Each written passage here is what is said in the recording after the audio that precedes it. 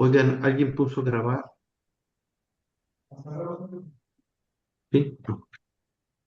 Sí, Sí, sí, Ah, es que me apareció y le piqué que sí. sí, correcto.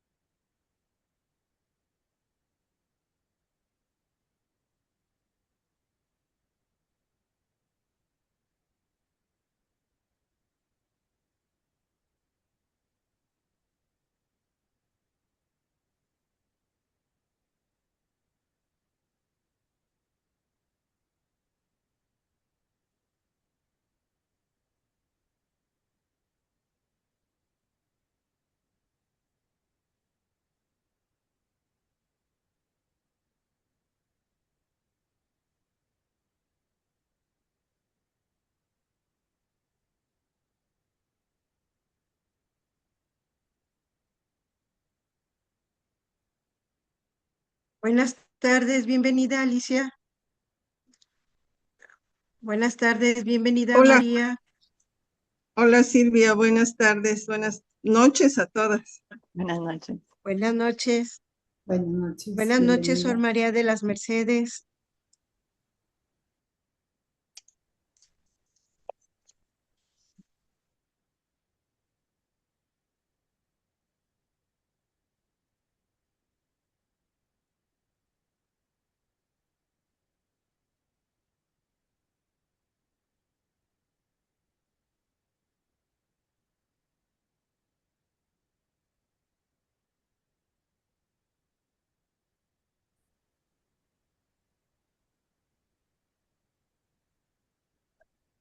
Buenas noches, Ángeles.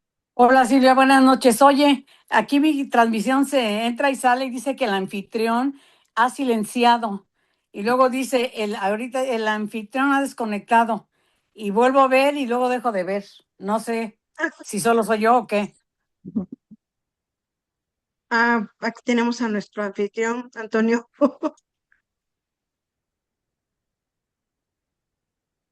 Pues yo nomás le pico que quede calladito el micrófono.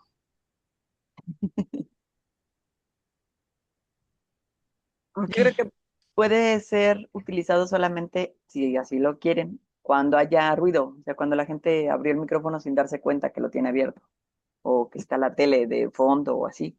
Pero si hay gente que le gusta tener el micrófono abierto, pero está en silencio el lugar donde está, creo que no hay problema. No sé cómo vean ustedes. Ok. Ujú, podría ser. Gracias, Lau. Ujú, Bueno, vamos a dar nada más unos minutitos de tolerancia ujú. por respeto a las personas puntuales que están con nosotros para dar inicio. Sí.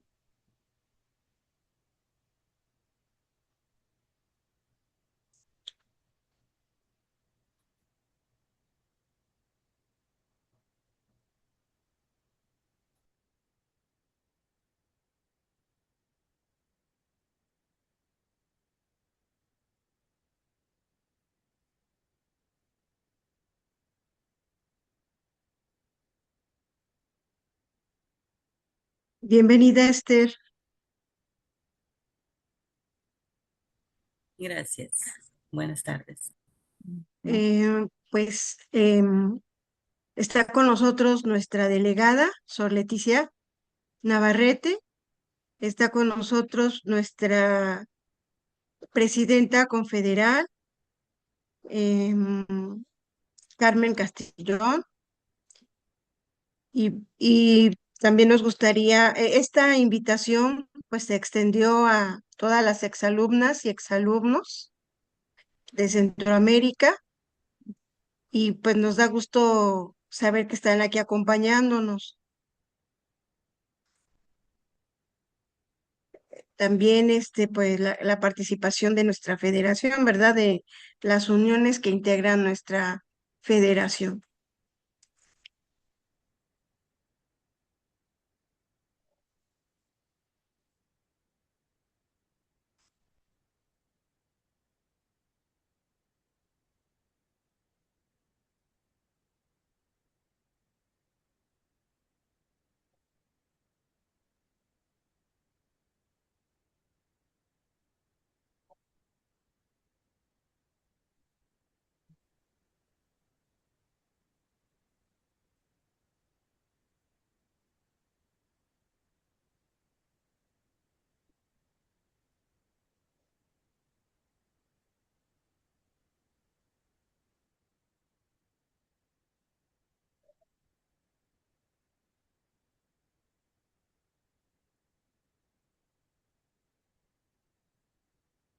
Pues, si les parece, vamos a dar inicio.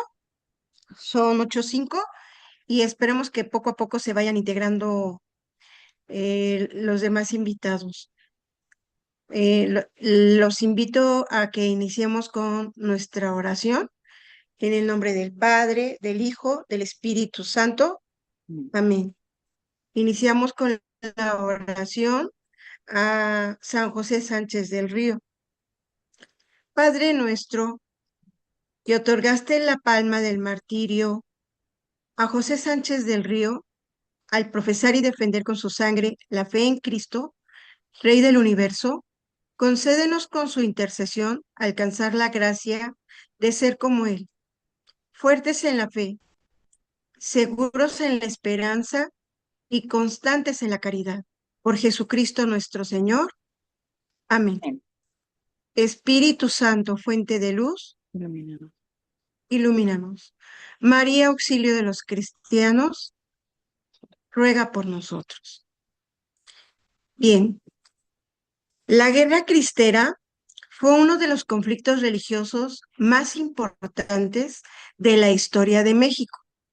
En este contexto de persecución religiosa, la familia salesiana desempeñó un papel significativo en la educación, la evangelización y el acompañamiento espiritual de jóvenes y familias.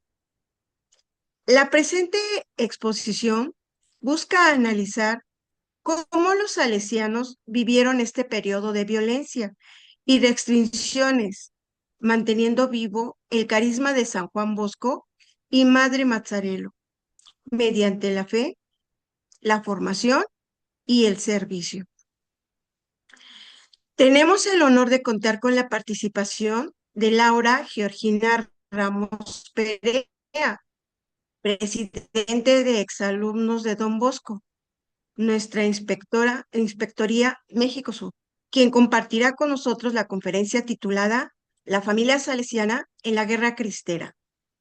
Laura Ramos es licenciada en Ciencias de la Comunicación, maestra en Ciencias Políticas y cursó la Escuela de Salesianidad, que hace años brindó la inspectoría.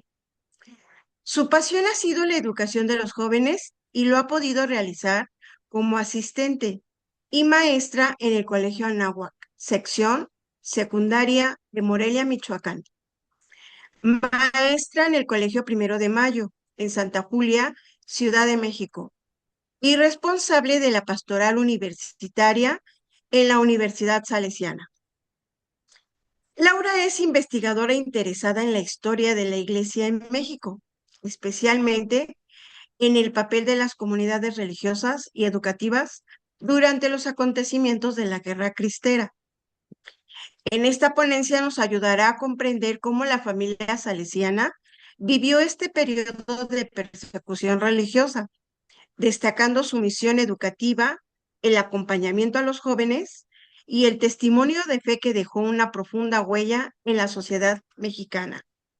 La recibimos con un gran aplauso. Gracias. También puede ser un aplauso digital. Adelante, Laura. Bienvenida. Muchas gracias. Gracias por la invitación, de verdad. No, no había necesidad de tanta presentación, pero bueno, vamos a lo que venimos. Gracias. Con todo gusto. Bienvenida. Gracias, Silvia. Creo que lo principal de este encuentro, lo que más llamó mi atención, es la posibilidad de podernos encontrar como familia salesiana, justamente, de compartir lo que sabemos y enriquecer en el compartir, ¿no? Debo decir que esta presentación ya se había hecho en las jornadas, lo mencionaba Sorlete al inicio, en las jornadas de espiritualidad de este año, pero entiendo que hay personas que no han podido estar presentes ahí y bueno, este es un buen momento para que puedan escuchar de este momento de la historia de México, que por cierto estamos cumpliendo 100 años de él, ¿no? Voy a pasar a la presentación. Yo espero que se vea sin ningún problema. Ay. Bueno. Está. No sé si ya se ve. Aún no, Laurita. Uh-huh.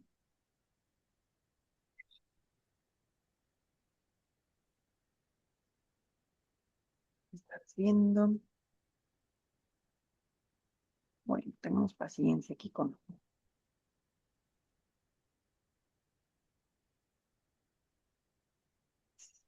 Sí, ¿no? Bueno, a mí me dice que ya está ahí.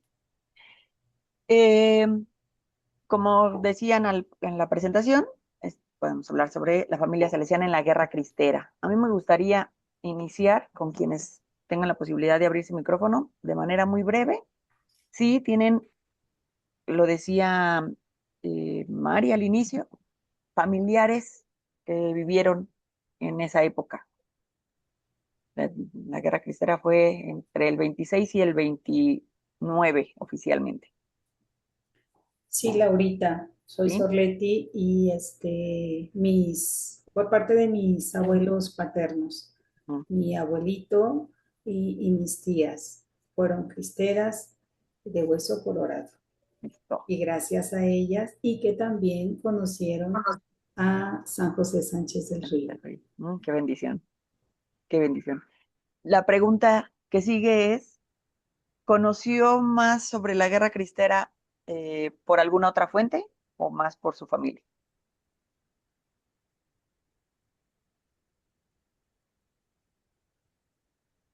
Bueno, si no se atreven a hablar, yo hablo, ¿eh? No. Yo la conocí más bien por mi familia. Soy de un pueblo, bueno, y ahorita es una ciudad. Cuando yo nací, pues era un pueblito todavía. Entonces, más bien nosotras estábamos dedicados al hogar. No era tanto el estudio o las oportunidades que teníamos como mujer. Entonces, aprendí esto en las rodillas, ¿verdad? Te digo, de mi abuelito y de mis tías paternas. Gracias, Sor. Bueno, no sé si alguien más nos quiera compartir. No le Sí, yo seguimos. quisiera compartir. Yo también. Ahí van, entonces. Yo, adelante, Ángeles. No, gracias. Yo también les iba a decir que también por parte de mis abuelos maternos, los dos lo padecieron de diferente manera. Mi abuelo luchando, pues fuera de Morelia, en un lugar del estado de Guanajuato, pegado aquí a Morelia, y mi abuelita escondiendo a personas y ayudando a los sacerdotes.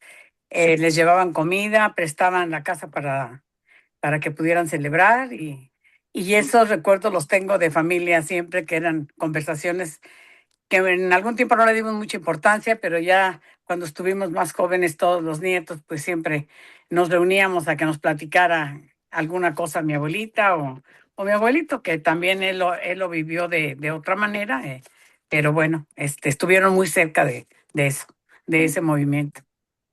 Muchas gracias. Gracias, María. Silvia.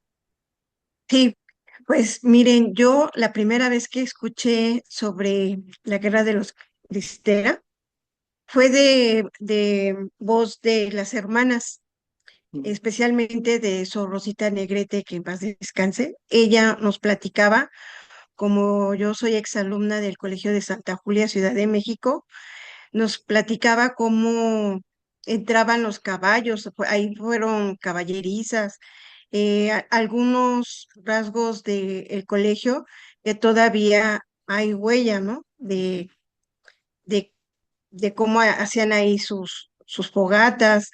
Es por eso que yo me entero de la Guerra Cristera Ujú. y después por testimonio de algunas hermanas. Muchas gracias, sí. Bueno, pues entonces nos iremos dando cuenta en esta presentación que lo que se ha ido investigando refleja precisamente estas vivencias que a ustedes les han platicado en primera personal quienes los vivieron y que poco a poco se ha ido documentando porque obviamente en esa época pues no era posible documentar todo lo que iba sucediendo, ¿no? Me voy a ir un poco atrás en la historia. Eh, ya mencioné que la Guerra Cristera comienza en el 26, pero necesitamos antecedentes. Como antecedentes teníamos, después del gobierno de Porfirio Díaz, eh, viene un conflicto ahí, recordemos un poquito en nuestras clases de historia, donde por querer derrocarlo viene la Revolución Mexicana y empieza en México digamos, una guerra de guerrillas, ¿no? Levantamientos en un lado, levantamientos en otro.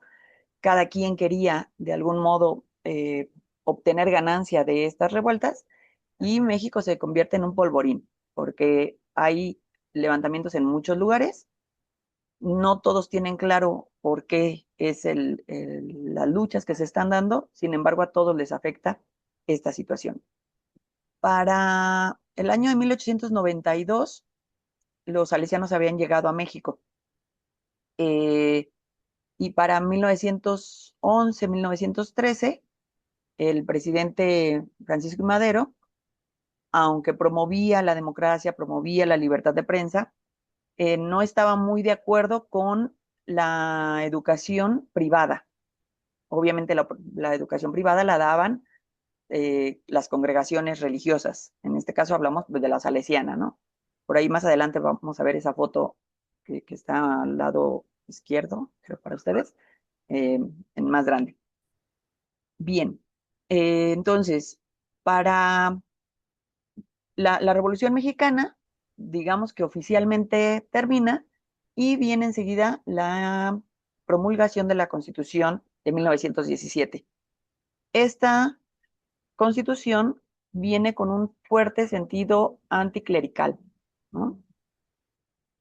Sin embargo, aunque las leyes de esa Constitución marcan este sentido, no se hacen efectivas, están en el papel, pero en realidad la dejan pasar, digamos, están ahí, pero no necesariamente se ejecutan o se cumplen.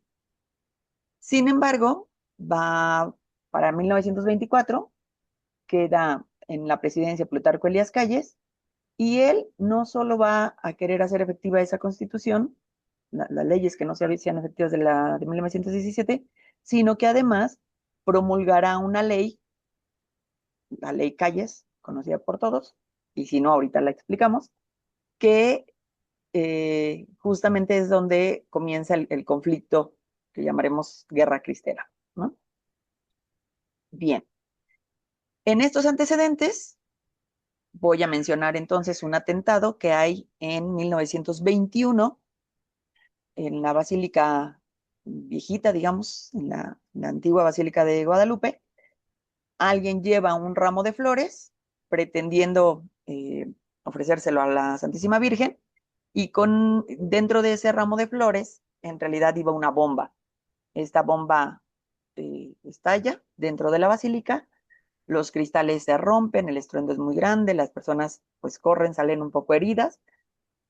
Incluso existe este crucifijo de bronce, que muchos quizás hayamos visto ahí en la basílica, quienes pudimos asistir ahora en esta semana a la peregrinación de la familia salesiana habremos tenido también la oportunidad de verlo, que queda como muestra de que pues, la bomba era real, ¿no? Que el daño fue real, tanto así que una pieza de bronce, como es este crucifijo, queda totalmente doblado.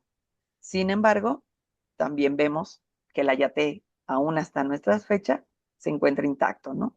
Sin embargo, en ese momento estaba a la altura, digamos, de la gente y sin ningún tipo de protección. Y este no sale dañado.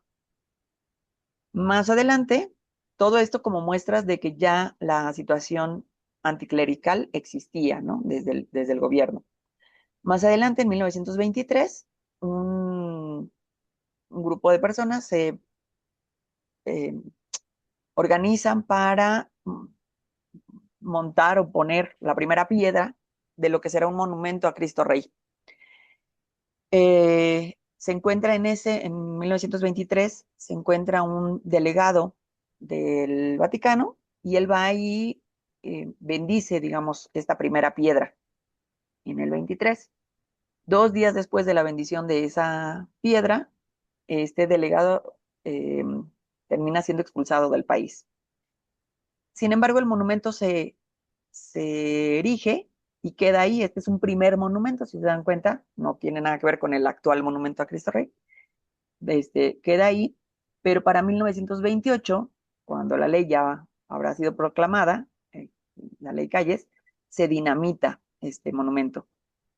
En esa ocasión, al dinamitar este monumento, queda destruido prácticamente todo, menos el corazón y el rostro, que incluso actualmente se encuentran reservados en el museo que hay en la cima de la montaña del actual monumento a Cristo Rey. Bueno, todo eso entonces como antecedentes. Específicamente, ¿a qué llamamos guerra cristera? Bien, le vamos a llamar guerra cristera oficialmente, llamémoslo así, a la promulgación de esta ley de Calles y al periodo que se da entre 1926 y 1929. Durante ese tiempo, pues en México se vive un periodo muy, muy fuerte de violencia, ya lo decíamos hace un poco, por la aplicación estricta de las normas de la Constitución de 1917. ¿En qué normas o cuáles de las leyes, no normas, sino de las leyes de esta Constitución son las que se van a intentar efectuar de hecho? Las del artículo 3, donde habla de la educación que tiene que ser laica, el artículo 5, que habla de la prohibición de las órdenes religiosas, el artículo 24 y el 130, que hablan de la limitación del culto religioso, particularmente estas. Y todo esto se da durante un periodo que no solo será el gobierno de Plutarco Elías Calles, sino los consecuentes, que son estos 3 presidentes que aparecen ahí, y a ese periodo le llamarán maximato. Lo conocemos como maximato, porque se decía o se sabe que estos 3 presidentes, aunque estuvieron electos y en la silla, pues se cumplían las leyes del expresidente Plutarco Elías Calles. Bien. ¿En qué consistía entonces la ley Calles? La ley Calles se promulga el 14 de junio de 1926. El nombre real, aunque la conocemos como ley Calles, el nombre real era Ley sobre delitos y faltas en materia de culto religioso y disciplina externa. ¿Y en qué consistía esta ley? Entre otras cosas, digamos que lo más significativo es que limitaba el número de sacerdotes. Marcaba específicamente que fuera un sacerdote por cada 100,000 habitantes. Exigía el registro de estos, es decir, de los sacerdotes, ante el gobierno, y prohibía que los religiosos opinaran sobre política. Sancionaba a quienes violaban la ley con multas y cárcel, y reforzaba la educación laica y el control estatal del culto. ¿En dónde se da este movimiento? En todo México, en diferentes momentos, digamos, dependiendo de la zona, pero específicamente, digamos que lo más fuerte, el movimiento más aguerrido y más organizado estuvo hacia el Bajío, ¿no?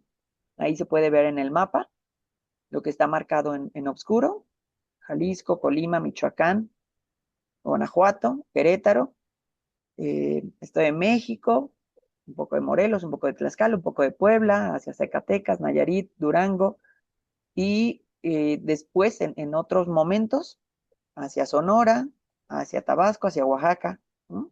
Incluso ahí en el mapita marca que las primeras líneas, es decir, el Bajío, fueron principalmente en esta época a la que le llamamos, o sea, para el 29, al finales del 29, del 26 al 29, y hubo dentro de la historia se le conoce como Segunda Cristiada, pero digo, se le conoce, es un decir, porque si de por sí de la guerra cristera a veces no lo tenemos tan claro, de la Segunda Cristiada pues se pierde, ¿no? Se diluye un poco ahí, porque esa Segunda Cristiada fue en estas otras zonas que están como más alejadas, las pueden ver en Sonora, en Oaxaca, las que están más alejadas, porque se creía que ya había terminado el conflicto. Sin embargo, en muchas localidades apenas empieza a ser efectiva esas leyes. Bien, ¿cómo es entonces el impacto en la vida cotidiana a partir de que se promulga esta ley? Pues se les avisa a las personas, a la sociedad en general, que se van a cerrar los templos, que ya no hay libertad para, no solo para asistir, sino para tener un culto público, es decir, una peregrinación, una celebración fuera del templo, que en este momento incluso estaba cerrado, no iba a ser posible. La educación se eh, marca obligatoriamente laica, y esto obviamente genera resistencia en las comunidades que son profundamente religiosas. Y viene entonces una polarización social entre los sectores laicos revolucionarios y católicos, porque aquí habrá quien diga que se tienen que manifestar de manera pacífica y evitar que esa ley se efectúe, y hay quienes dicen no, esto está atentando contra lo que nos es propio y tenemos que manifestarnos de la manera que sea necesaria. Viene entonces el caso de Miguel Agustín Pro. Muchos seguramente habrán escuchado de él, el padre Pro. Incluso ahí cerca de la Roma está un templo donde está el museo y toda la información sobre él. Lo voy a hacer muy breve porque si nos vamos de personaje en personaje, no acabaríamos esta noche para hablar sobre la guerra cristera. Sin embargo, su testimonio es muy importante. Él era sacerdote jesuita, ya vivía bajo esta ley, intentando o simulando que respetaban esta ley. Digo simulando porque al ser sacerdote lo que hace entonces es vestirse de laico y cambiar cada día de la forma en la que se vestía, imitando quizás ser un obrero, o imitando quizás ser un maestro, o imitando, ¿no?, diferentes profesiones, con tal de poder asistir a las casas donde lo recibían católicos que con mucho sigilo preparaban su llegada para poder tener la celebración eucarística ahí o poder recibir los sacramentos, ¿no? Él ya venía haciendo esta dinámica, digamos, de ocultarse, pero no por eso dejar de cumplir su misión. Sin embargo, tanto él como su hermano son detenidos, acusados, obviamente de manera falsa, acusados de haber atentado contra Álvaro Obregón. Y sin ningún juicio, bueno, son aprendidos, son acusados de esto y sin ningún juicio son mandados al paredón, ¿no? En la fotografía que aparecía atrás, al fondo, no se alcanza a distinguir, pero es la foto real, eh, porque el gobierno pretende dar una lección, ¿no?, con estas fotografías, y es el propio gobierno quien toma la foto. Voy a ver, no puedo mover la imagen, del padre en el paredón y con la línea de fusilamiento, listos pues para matarlo, ¿no? Sin embargo, él antes de morir vuelve a gritar Viva Cristo Rey en Santa María de Guadalupe, y después de ese grito es fusilado. Tanto él como su hermano son fusilados, y en lugar de marcar este hecho un temor mayor y generar en la sociedad que entonces obedecieran o entonces procuraran cumplir la ley porque estas eran las consecuencias, pareciera que el testimonio que da el padre Miguel Agustín fortalece y envalentona a muchos para darse cuenta que la injusticia va creciendo y que no pueden soportarla más, ¿no? Y entonces muchos eh, buscarán entonces que esta ley se venga abajo de diferentes maneras, y ahorita iremos viendo de qué maneras.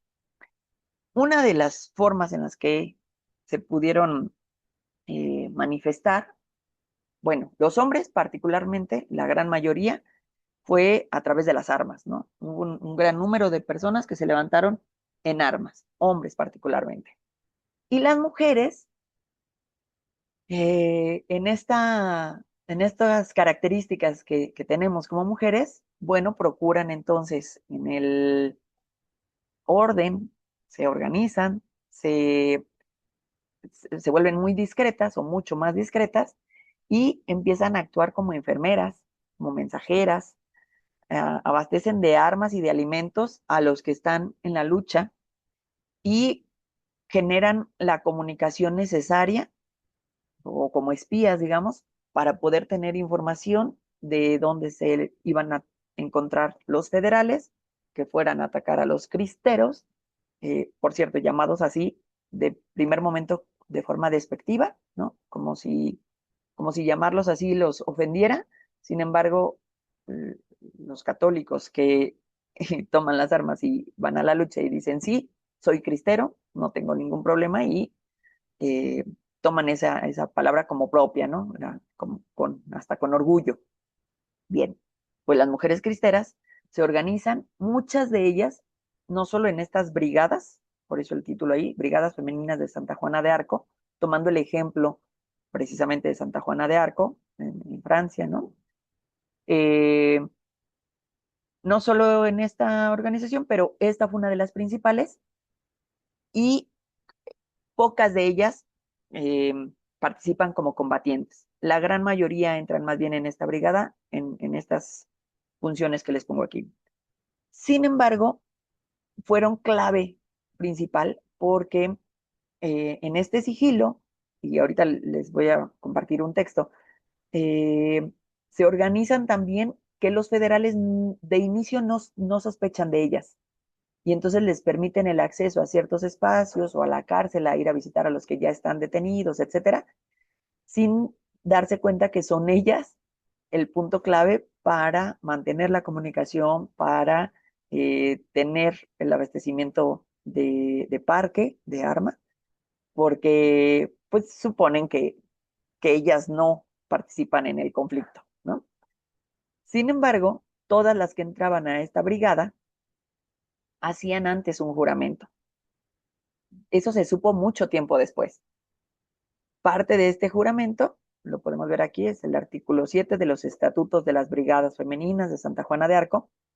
Entre lo que juraban era precisamente el llegar hasta la muerte si era necesario, con tal de que no descubrieran que ellas estaban con información o que ellas participaban de este conflicto. Lo leo para que quien o sea, para quien no lo alcance a leer, porque se ve un poquito claro, ¿no?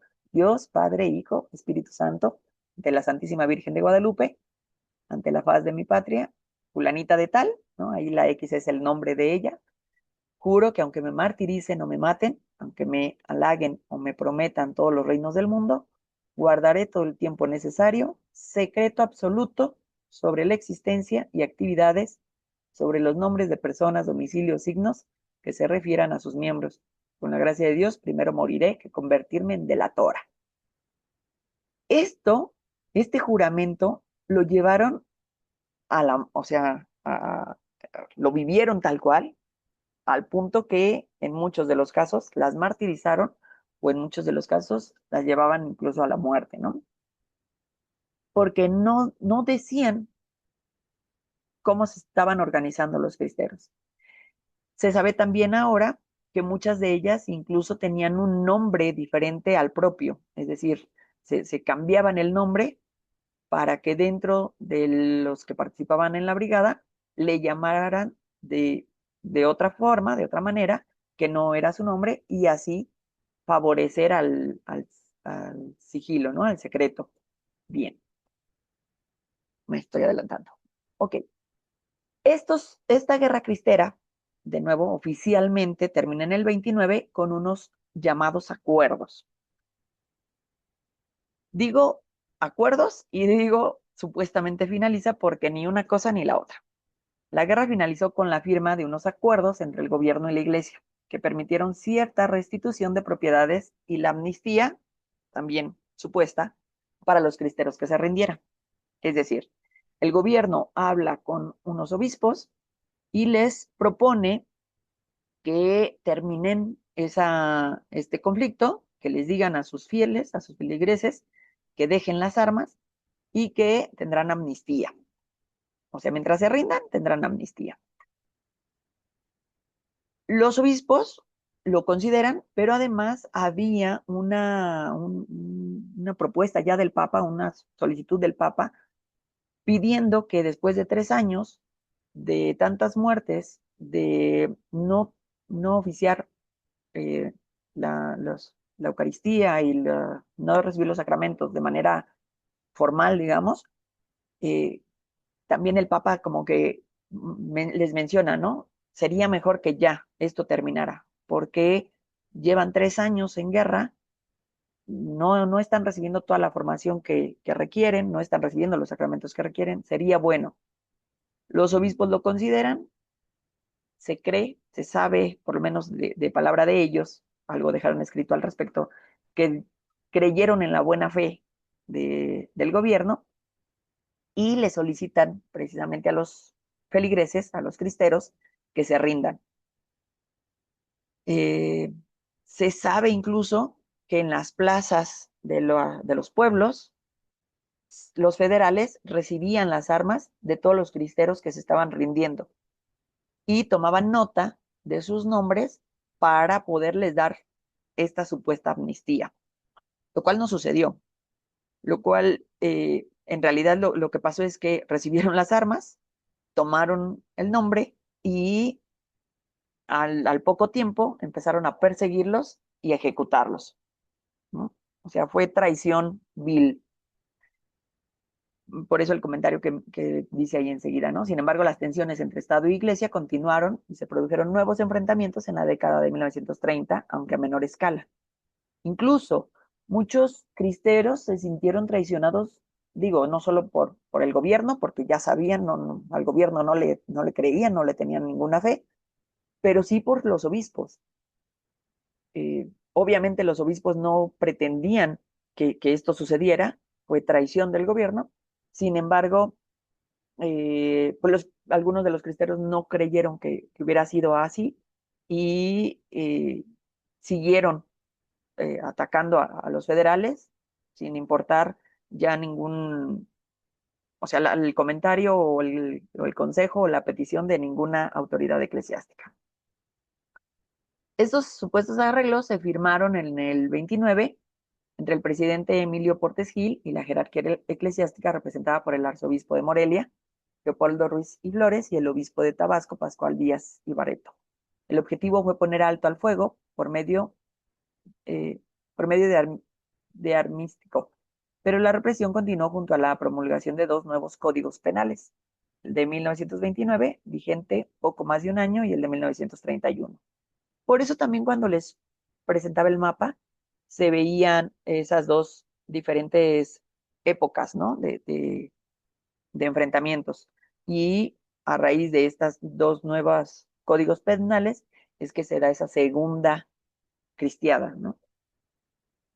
Bien, ante todo esto, ¿dónde está la familia salesiana? Porque, claro, hemos estado hablando mucho de la guerra cristiana de manera general, pero no específicamente de la familia salesiana.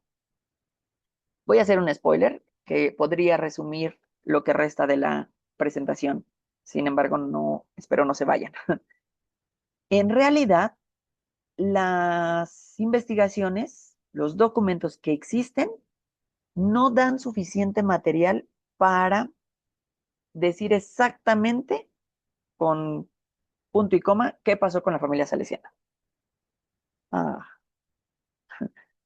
Sin embargo, hay muchos comentarios, textos, anécdotas, experiencias, testimonios, cartas, vivencias, como las que mencionaron algunos de ustedes al inicio de esta charla, que nos pueden ir armando la realidad de la familia salesiana en México.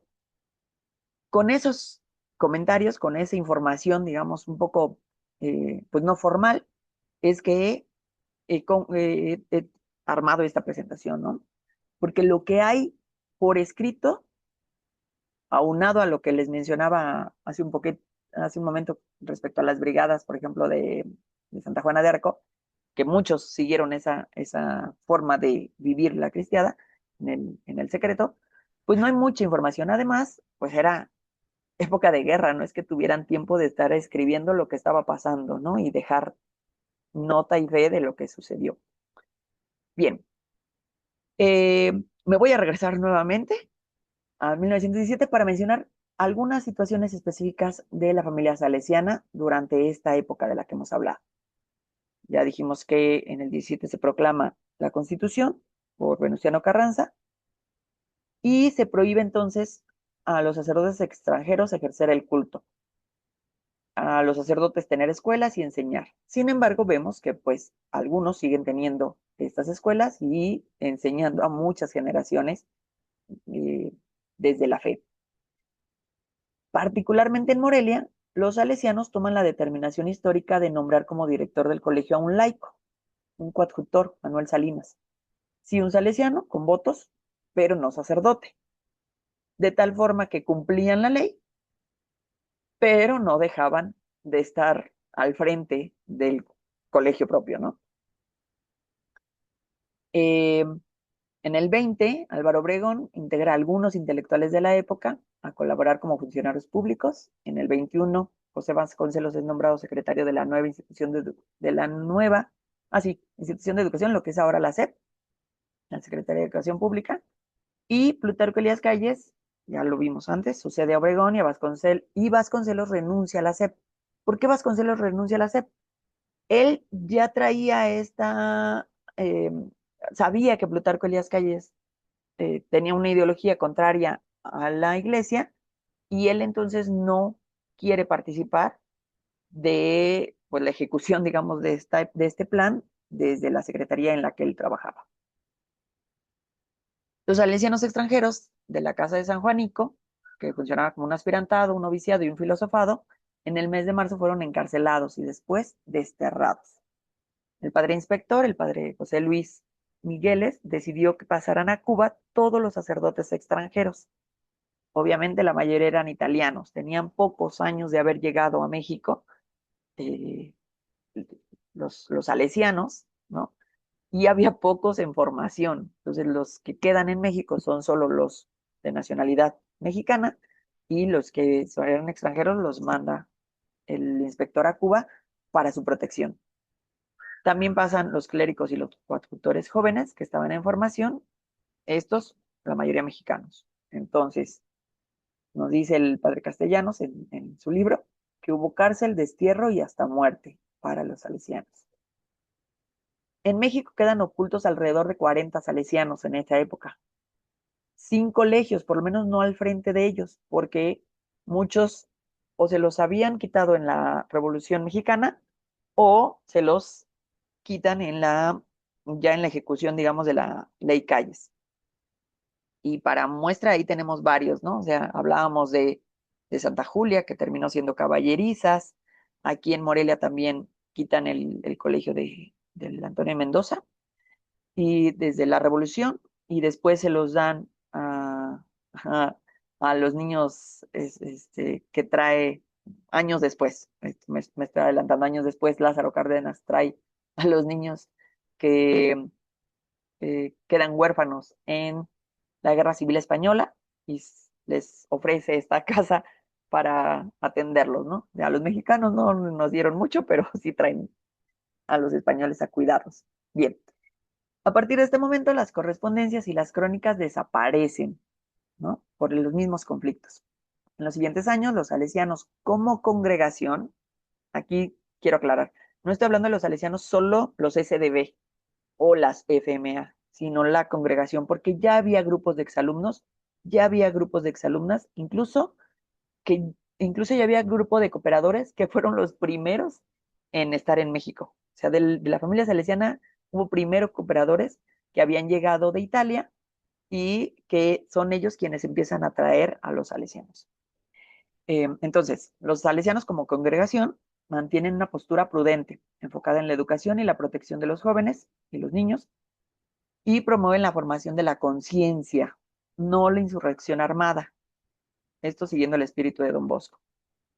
Entonces, ¿dónde están los salesianos? ¿Dónde está la familia salesiana? Pues estará principalmente en la defensa de la fe y el apoyo moral. Eh, Algunas de ellas, voy mencionando diferentes grupos, pero eh, son de los que hay eh, algún dato en específico, ¿no? Algún dato que se puede corroborar. Sin embargo, lo había mencionado ya antes, en las pláticas sabemos que muchos de ellos participaron igual en estas actividades. Por ejemplo, el papel de las exalumnas salesianas. Las exalumnas fueron fundamentales porque actuaban como una red laica. Al ser laicas no estaban tan directamente perseguidas como las religiosas y ellas podían entonces mantener la educación cristiana, siendo maestras, siendo catequistas, claro, de forma clandestina, y sirviendo de enlace entre los sacerdotes, las religiosas y las comunidades, resguardando, creo que lo digo más adelante, resguardando eh, las cosas de las iglesias, lo que se pudo rescatar en los primeros años, lo resguardaron, lo pudieron utilizar cuando se celebraban la Eucaristía en las casas, y cuando ya la clandestinidad era más castigada, pues ocultándolo todos estos instrumentos del templo, me fue ahorita la palabra, pero todos los instrumentos litúrgicos y Los vasos sagrados, sí, o sea, todo lo que se requería para ornamentos, ornamentos, esa ajá, era la palabra que buscaba, todos sí. los ornamentos y demás, los ocultaron muy bien porque ya no era posible ni siquiera tenerlos en la casa como en el closet o en un lugar ahí apartado para cuando viniera el sacerdote, no, ya llegaban a las casas y empezaban a buscar todo esto y lo que se pretendía era que no pues se generaran sacrilegio con todo ello, ¿no? Entonces se ocultaron lo más posible.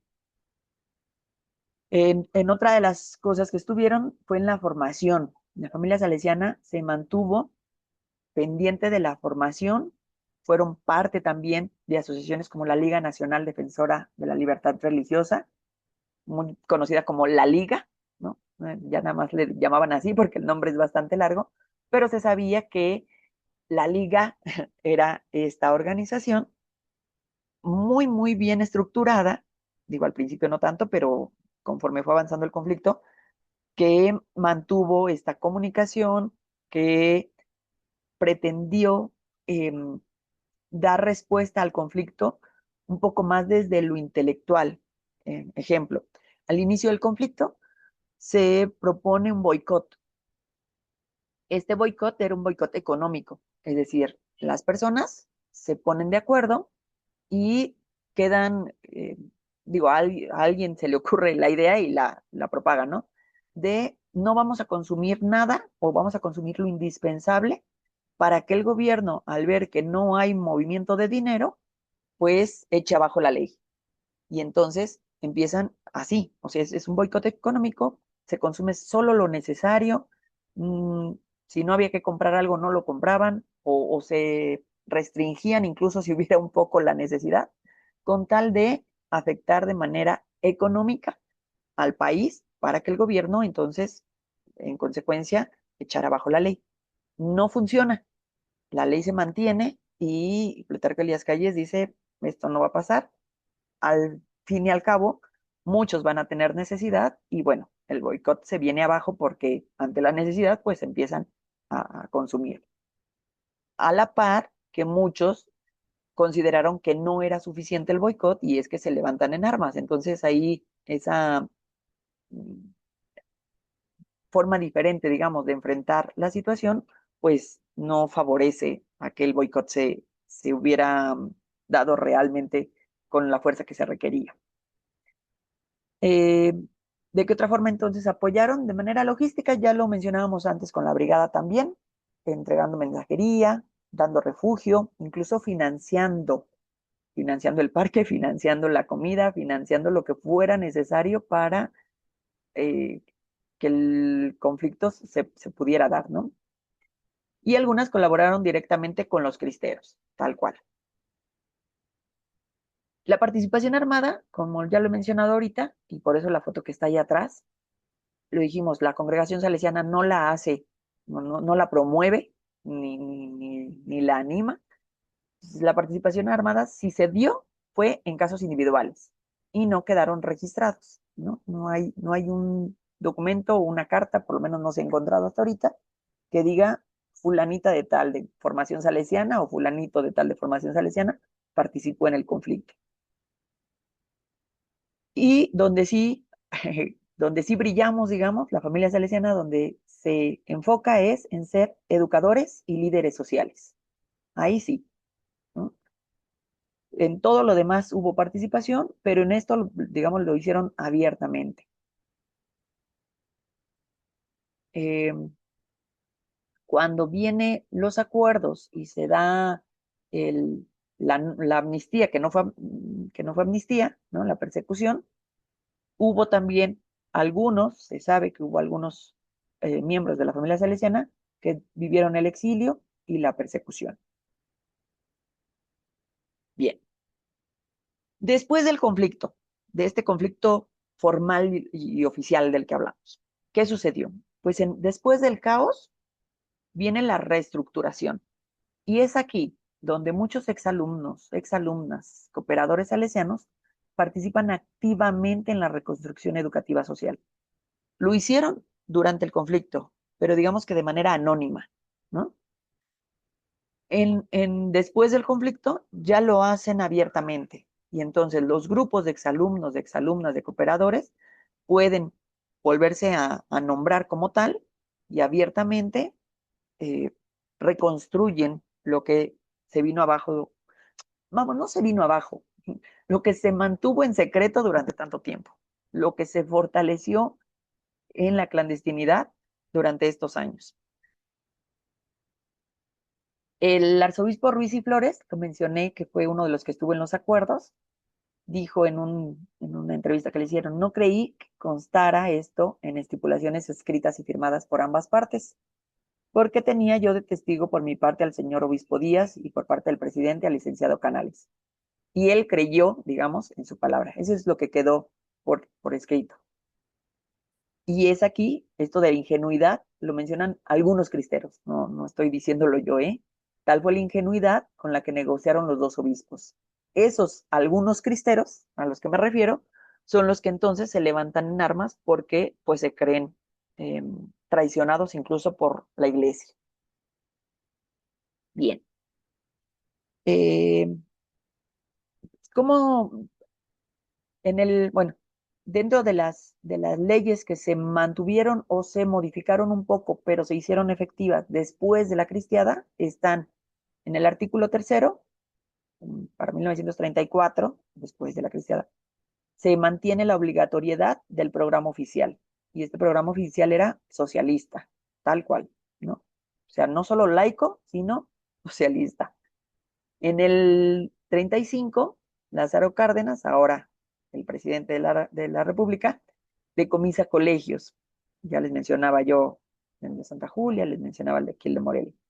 Y en cuanto a la aplicación del artículo 27 y 130, la expropiación de las propiedades eclesiásticas se mantiene. Sin embargo, años posteriores, algunas propiedades se logran recuperar.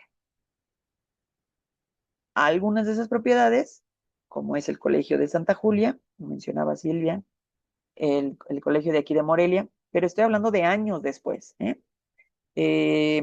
Templos como el Templo de Zamora, que más adelante lo vamos a mencionar, el Santuario Guadalupano de Zamora, y bueno, algunos otros. Sigo después de la cristiada, ¿eh? A través de una circular fechada en el 34, febrero del 34, la Procuraduría de la República establece que, escuchen esto, y si pueden acompañarme en la lectura, mejor. La ley, ya estamos hablando del 34, se supone que la guerra cristera terminó, pero vean lo que dice la ley. La ley no reconoce personalidad alguna a las agrupaciones religiosas y por lo tanto, al no ser personas de derecho, tales agrupaciones no podrán tener la facultad adquisitiva ni posesionaria, que pasa a la nación todos los bienes inmuebles o capitales impuestos a ellos, adquiridos o administrados por las asociaciones religiosas o interpósitas personas. También pasa a la nación ciertos inmuebles destinados a servicios de obispados, casas curales, seminarios, asilos, conventos o colegios de asociaciones religiosas. Obviamente, el gobierno seguía en el plan anticlerical abiertamente, aunque la guerra supuestamente hubiera terminado. Eh, Les quiero también compartir un caso documentado. Este no es de un salesiano en específico, es de un cristiano, un católico, ¿no?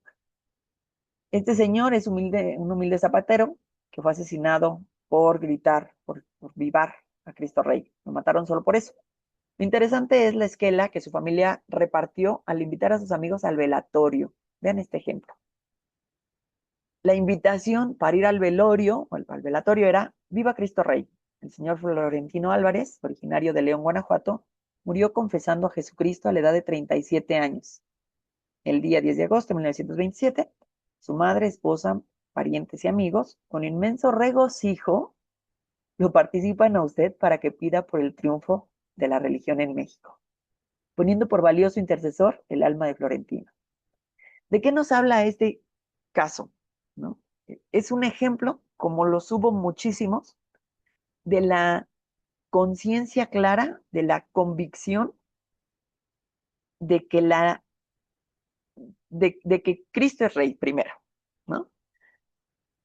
Y de que su fe tenía que dar respuesta, o sea, que no estaban esperando que, que la gloria o el triunfo venga en esta vida, ¿no? Ellos sabían, confiaban totalmente en que aunque su familiar había fallecido por una cosa absurda como es gritar su fe, y digo no absurda por la fe, sino porque fuera prohibida el gritarlo, eh, el, la respuesta, la recompensa a esta situación iba a ser la gloria, ¿no?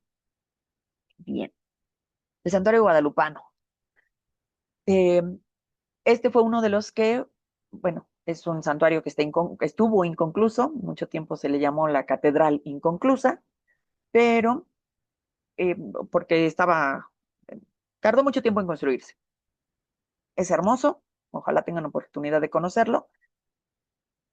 Era templo, después de ser templo se convierte en pues espacio donde los federales hacen de las suyas.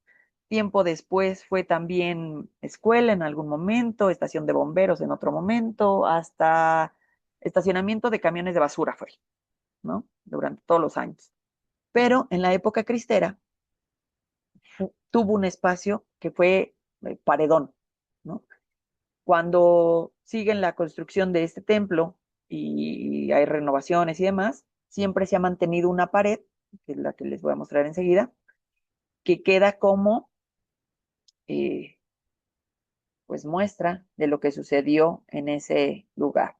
Aquí hay un pequeño videíto, no sé si se alcance a ver y a escuchar. Esa pared no la van a modificar porque ahí, pues muchos eh, dieron testimonio, perdón, de su fe, ¿no? el día que tengan oportunidad de visitarlas, sabrán también que estar ahí presentes se siente, o sea, es increíble la emoción, la tristeza, la frustración, todos los sentimientos que pueden llegar a convivir en el momento en el que está uno parado ahí, sabiendo cuánta sangre fue derramada, cuánta sangre injustamente fue derramada, pero que a la vez dieron gloria a Dios y testimonio a nosotros de que morir por la fe vale la pena, ¿no? Que luchar por nuestra libertad, todas las libertades, pero además la libertad de culto vale la pena. Bien. Por último, voy a mencionar a los mártires del cubilete. En la montaña de Cristo Rey, la que ahora ya se construyó bien, no la que les hablé en un principio, pero sí en ese sitio, a las faldas del cerro hay una explanada. Esa explanada se llama Explanada Juan Pablo II, reciente, digamos, porque fue a raíz de que Juan Pablo II vino en su primera visita y llama a los jóvenes a que pues se reúnan y sean ellos quienes mantengan nuestra fe y la compartan, den testimonio y esperanza de ella. A raíz de esa visita del Papa Juan Pablo II, los jóvenes de México se organizan acompañados de obispos y participan en una peregrinación a la montaña.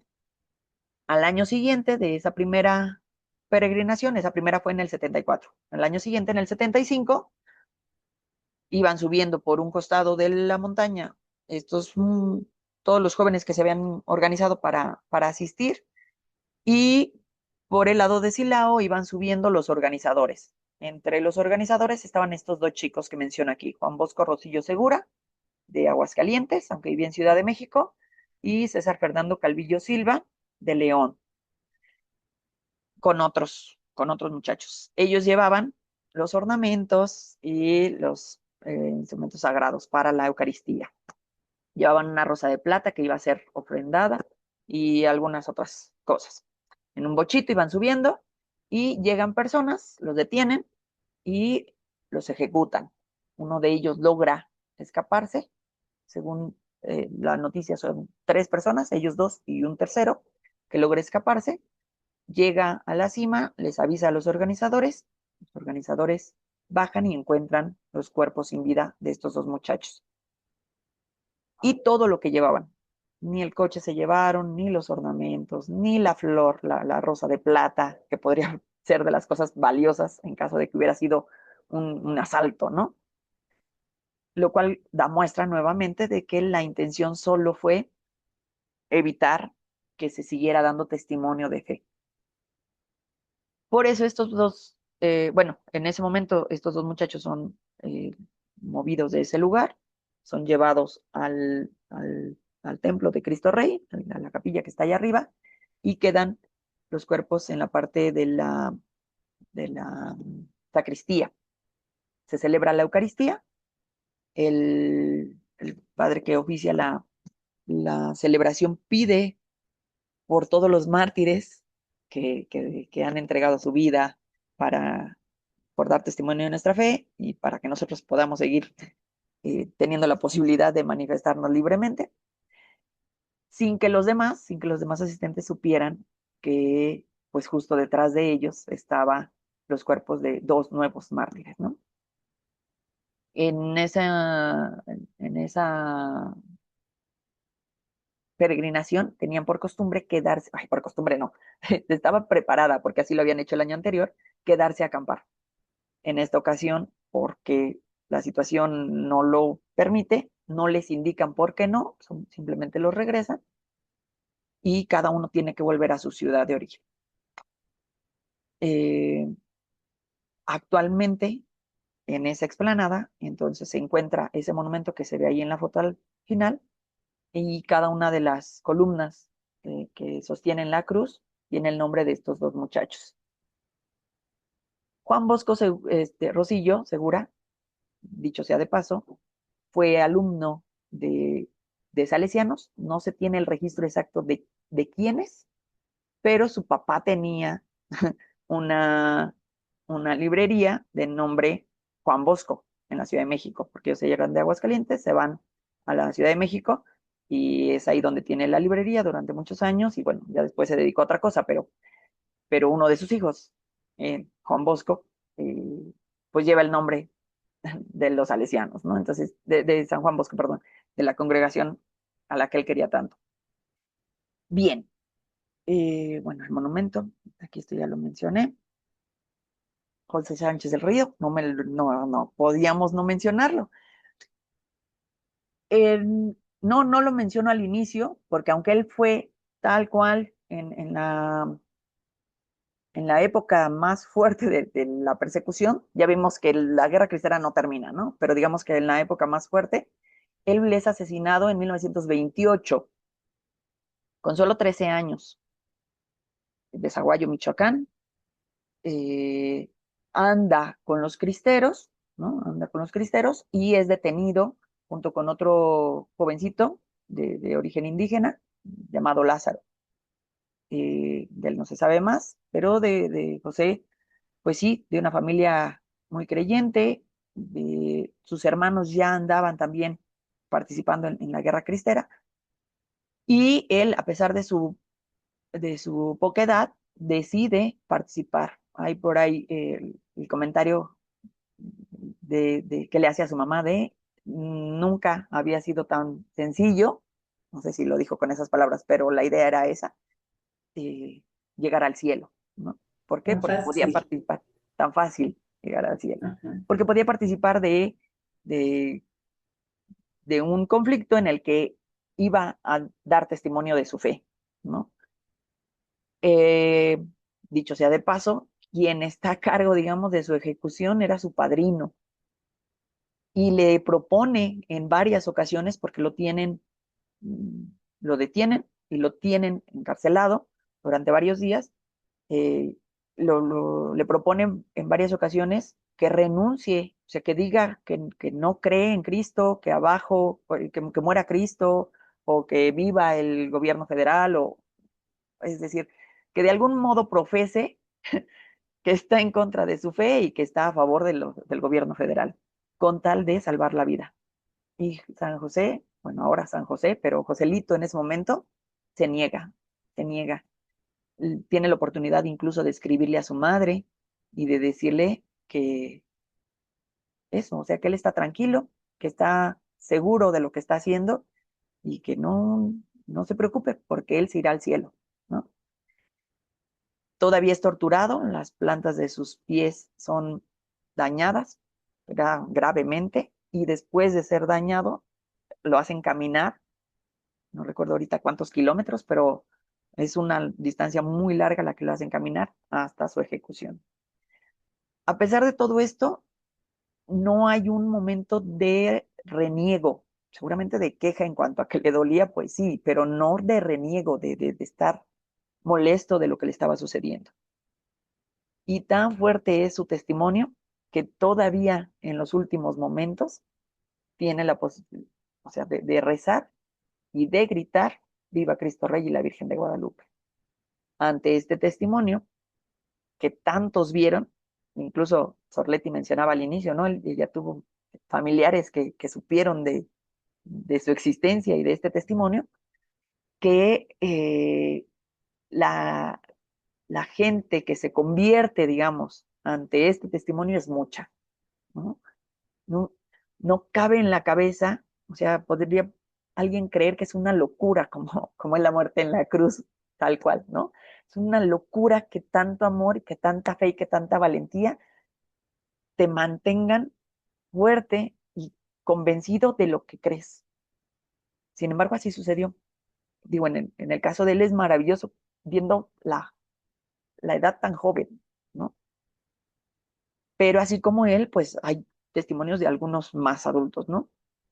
Pero el de él conmueve el saber que alguien tan pequeño y a pesar de todo lo que sucedió, diera ese testimonio y llegara hasta la muerte. Y bueno, actualmente, recientemente ha sido ya canonizado y ahora podemos decir San José Sánchez del Río, ¿no? Bien, no terminamos. O sea, la verdad es que podemos seguir y seguir y seguir con más testimonios, con más personas, con más situaciones. A mí me gustaría más bien como abrir un poquito el micrófono para ver si hay alguna duda, algún comentario o incluso que nos compartan algo más y enriquecernos de de este movimiento que hubo, pero en realidad es de un espíritu del cual creo yo debemos aprender para seguir nosotros mismos dando testimonio y siendo valientes ante situaciones adversas a nuestra fe.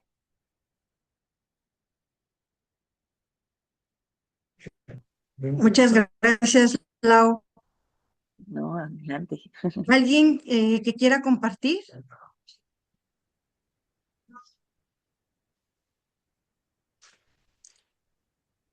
¿O alguna duda? Si les surgió alguna duda.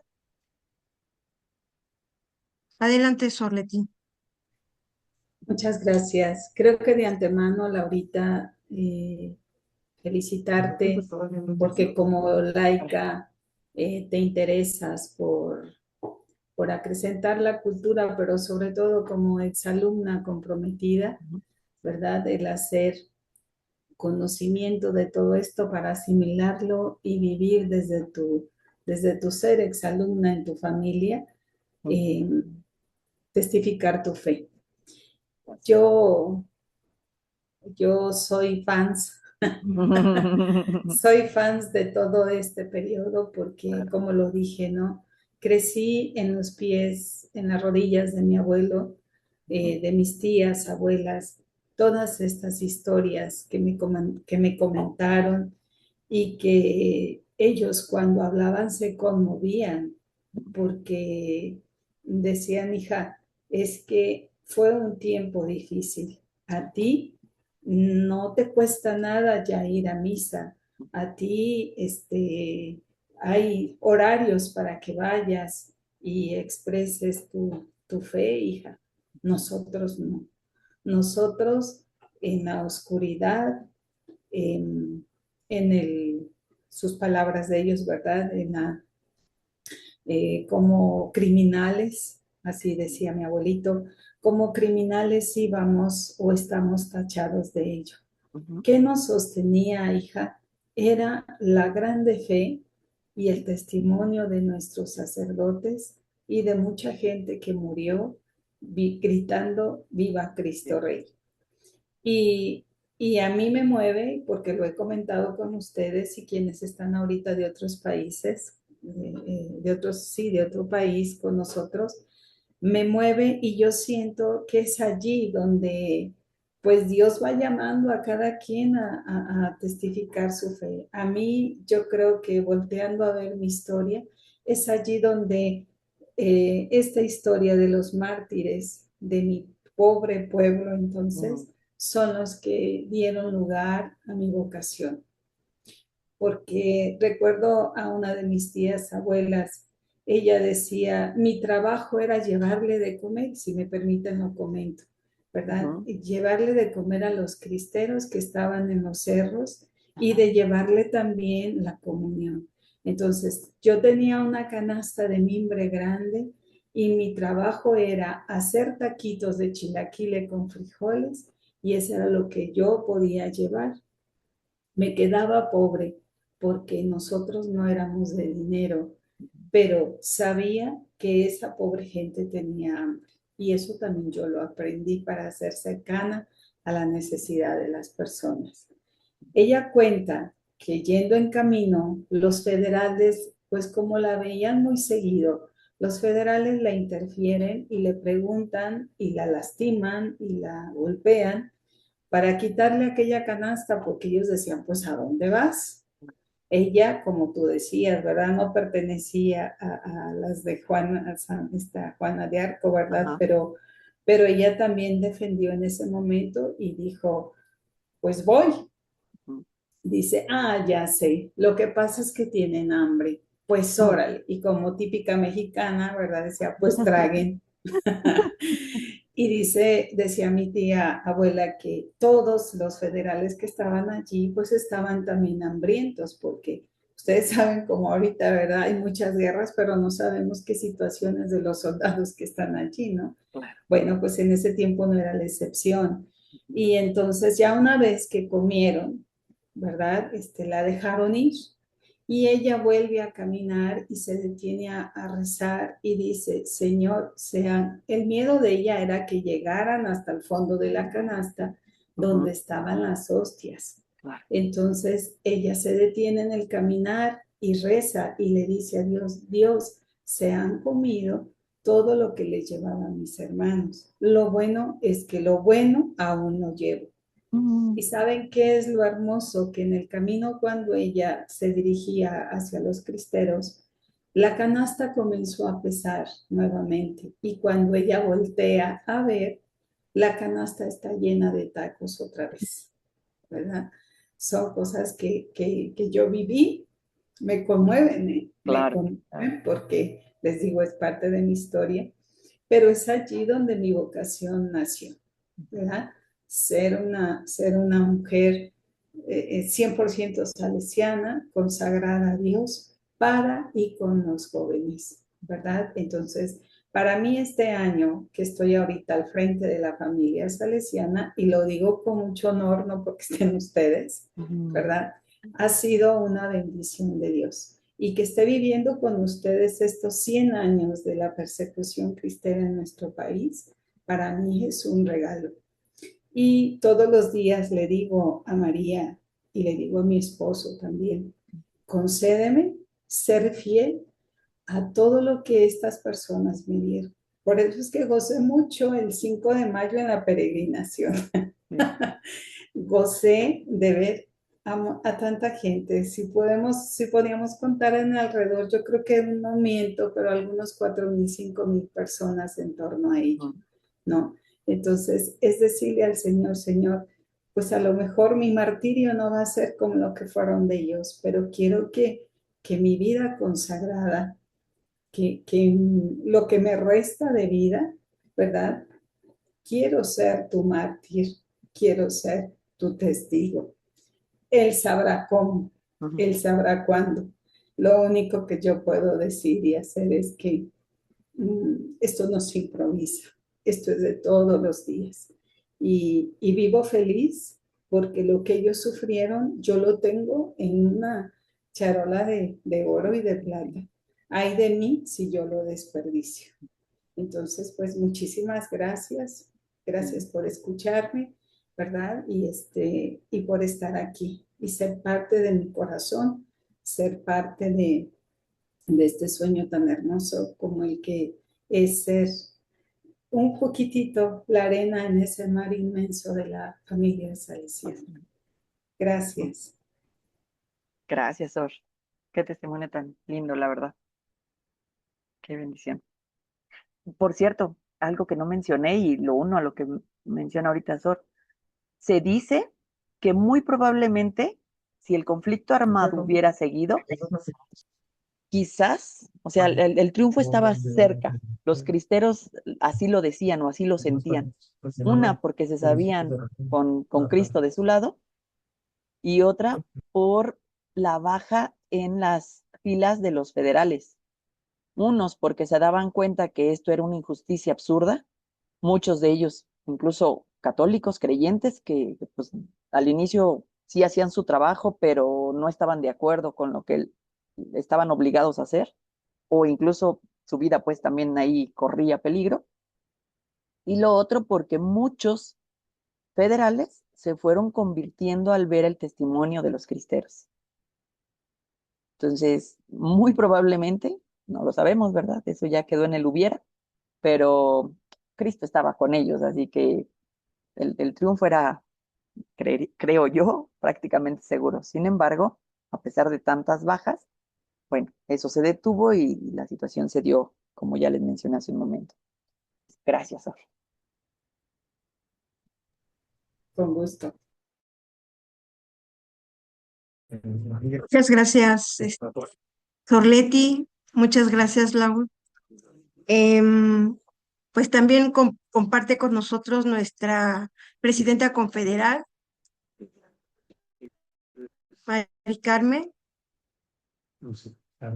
Tienes apagado tu micrófono. Sí, gracias. Qué bonito.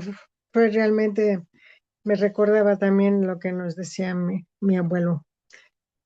Bueno, realmente hasta mi papá, porque mi papá solamente tenía 12 años cuando él vivió todo lo de los cristeros. Y mi abuelo era uno de los principales en Zacatecas. Él fue a México a recibir instrucciones de qué iban a hacer. Estando en México, le dijeron, vio su nombre que estaba el siguiente a que fuera, que lo agarraran para asesinarlo. Pero los cristeros le pidieron a él que se escapara, no porque no quería hacer, o sea, dar su vida, sino porque como era el líder, uno de los líderes, querían que se mantuviera fuerte el movimiento de los cristeros.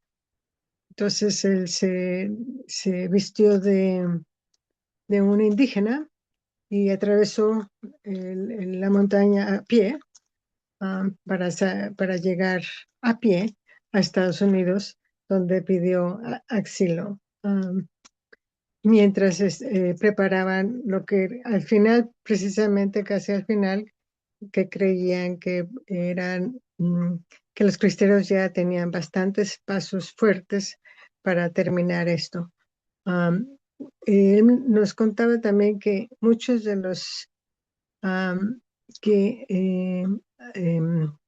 que a fuerzas, los soldados que a fuerzas tenían que obedecer y matar, que muchos de ellos sentían una pena grandísima y que algunos se arrepintieron de lo que estaban haciendo, que decían, soy soldado, no puedo hacer otra cosa, pero sí hubo muchas de los mismos soldados, decía mi abuelo, que no querían hacer eso y ellos también estaban en la mira de pues rendir su vida, ¿no?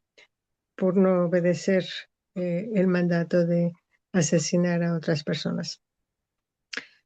Mi papá nos cuenta que él sufría mucho porque él veía a su papá, obviamente después de regresarse, llegaron a su casa, efectivamente estaba mi papá ahí con su mamá y su hermano mayor, y lo sacaron de la casa, le quitaron todo, y afortunadamente se salvaron, mi abuela con mi papá, y ellos también se fueron de Zacatecas. Llegaron a Aguascalientes, estuvieron allí un tiempo, hasta que después vino otra vez mi abuelo a rescatar a su esposa y a mi papá y a su hermano.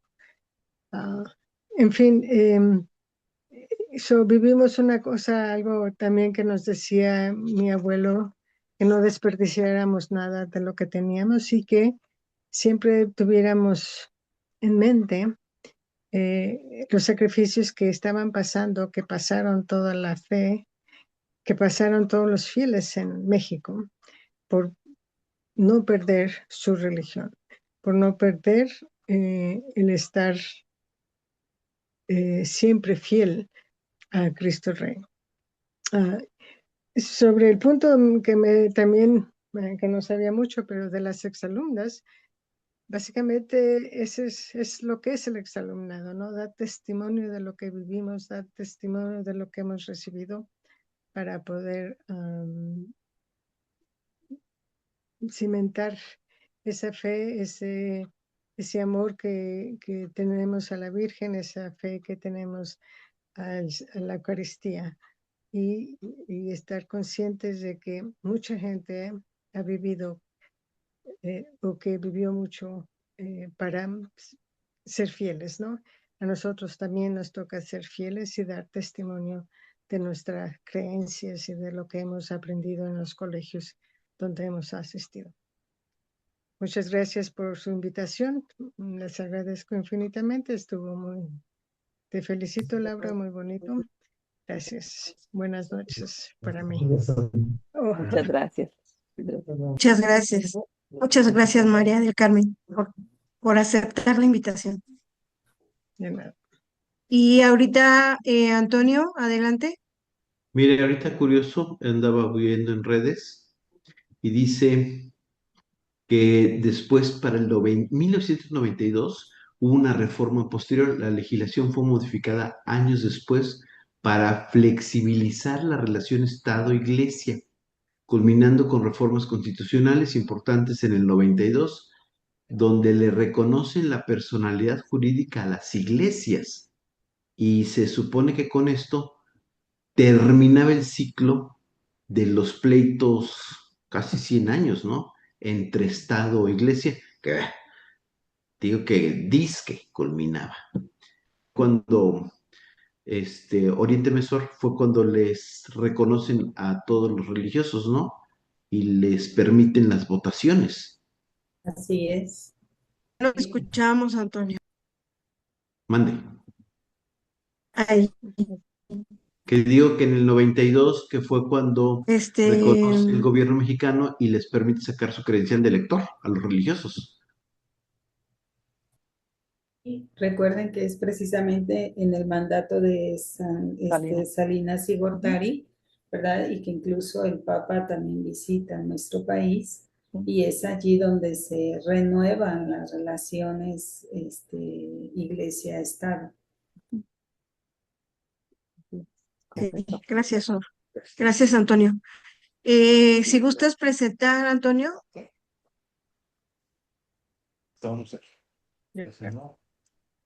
A ver, déjeme, me dices que es el diploma, Laura, es More, y luego me voy a documentos, ¿sí? Sí. Para compartirles un diploma digital. No, Sí. creo que no es aquí, sí es aquí. Es que abrir el archivo. Lo tengo abierto. Entonces es Y en ahora, compartir pantalla. compartir, Pantalla. ajá. Pantalla. Guardar en la nube, ¿no? No, no. Ay, Dios. Señor mío. Al lado de más debe de estar compartir pantalla. Perdón, ¿de cuál más? ¿El Abajo, archivo o el de More? abajo está el micrófono, la cámara, los participantes, el chat, las reacciones y luego hay un Ajá. compartir Todo. pantalla. Bueno, herramientas, compartir pantalla. Ahí tiene que una flechita hacia arriba. ¿Sí? Mm, Y le Pin. muestra varias pantallas y se elige donde esté el documento abierto. Ay, Dios mío. Sí, no, no se preocupen. No, Silvia, si tú eres también parte de coordinador Sí, en la porque sala, lo podrías hacer tú para ya no entretener a las presentes y más a Mari, que tiene otro horario más fuerte que nosotros. Por favor.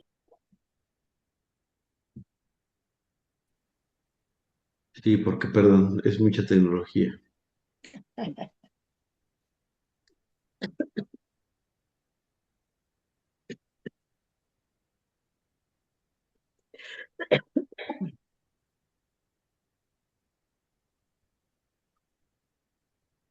Está ya compartiendo.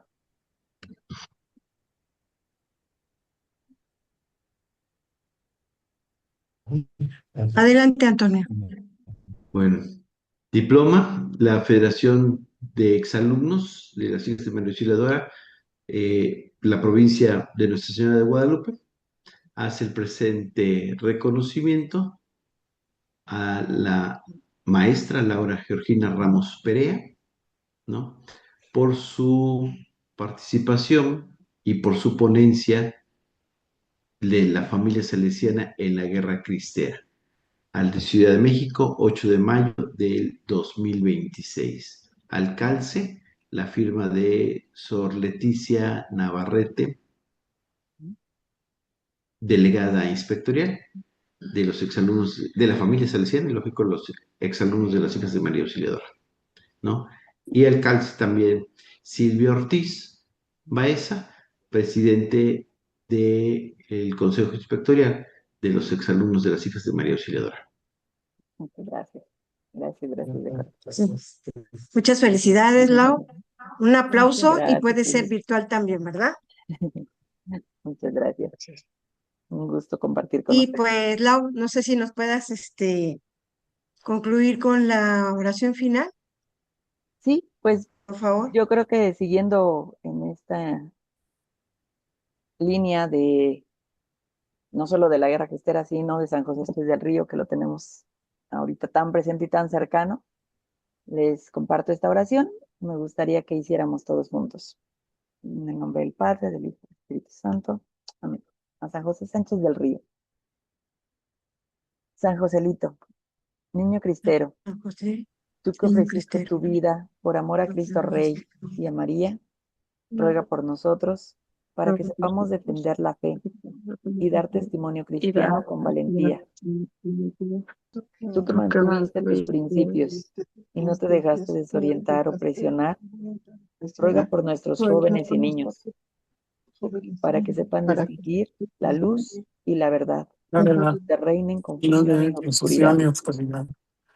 Tú Tú que que sufriste la tu persecución de persecución, quienes buscaban destruir la religión, ruega por nuestra patria, para que Dios aunque la libre de Dios semejante libre de situación. semejante situación, Y los y a los cristianos, cristianos unidos como unidos, hermanos, demos ejemplo demos de ejemplo de esperanza, caridad caridad y y perdón. perdón.